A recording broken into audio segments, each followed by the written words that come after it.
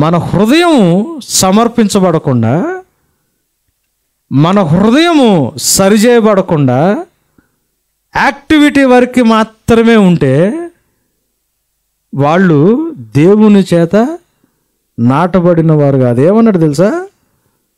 వాళ్ళ జోలికి వెళ్ళొద్దు అన్నాడు చాలా స్పష్టంగా. సంఘం స్టార్ట్ అయినప్పుడు కూడా అదే. వేల మంది దేవుడి నామంలో కట్టబడిన మందిరంలో పస్కా పండుగ చేసుకోవడానికి గ్యాదర్ అయ్యారు.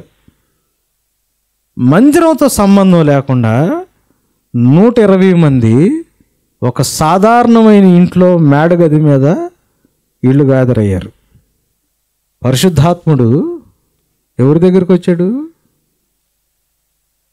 దేవుని చేత నాటబడిన వారి దగ్గరికే వచ్చారు. కానీ రిచువల్ కాన్సెప్ట్లో ఉన్న వాళ్ళ దగ్గర, అది ఎంత పెద్ద మందిరమైనా కానివ్వండి, ఎన్సిటీ కూడా కావచ్చు, అది ఏ మందిరమైనా కానివ్వండి, కేవలం రిచువల్ ట్రెడిషను, జపం చేస్తున్నావా, ప్రార్థన చేస్తున్నావా, పాటలు పాడుతున్నా, ఆ రిచువల్ టైప్ ఆఫ్ మైండ్ సెట్లో ఉండి హృదయం మాత్రం దేవుని వాక్యం చేత సరిచేయబడకుండా ఉంటే దేవుని చేత నాటబడుతున్న వాళ్ళు కాదు.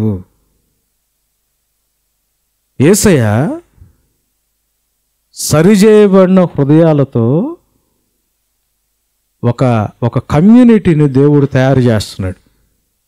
యేసు ప్రభు ఇంకొక మతాన్ని స్థాపించట్లా, దేవుని వాక్యం చేత సరిచేయబడిన అటువంటి హృదయం గల వాళ్ళతో దేవుడు ఒక కమ్యూనిటీ చేస్తున్నాడు. If we are not a part of a community with a renovated hearts by the lord, then we are not planted by God at any cost.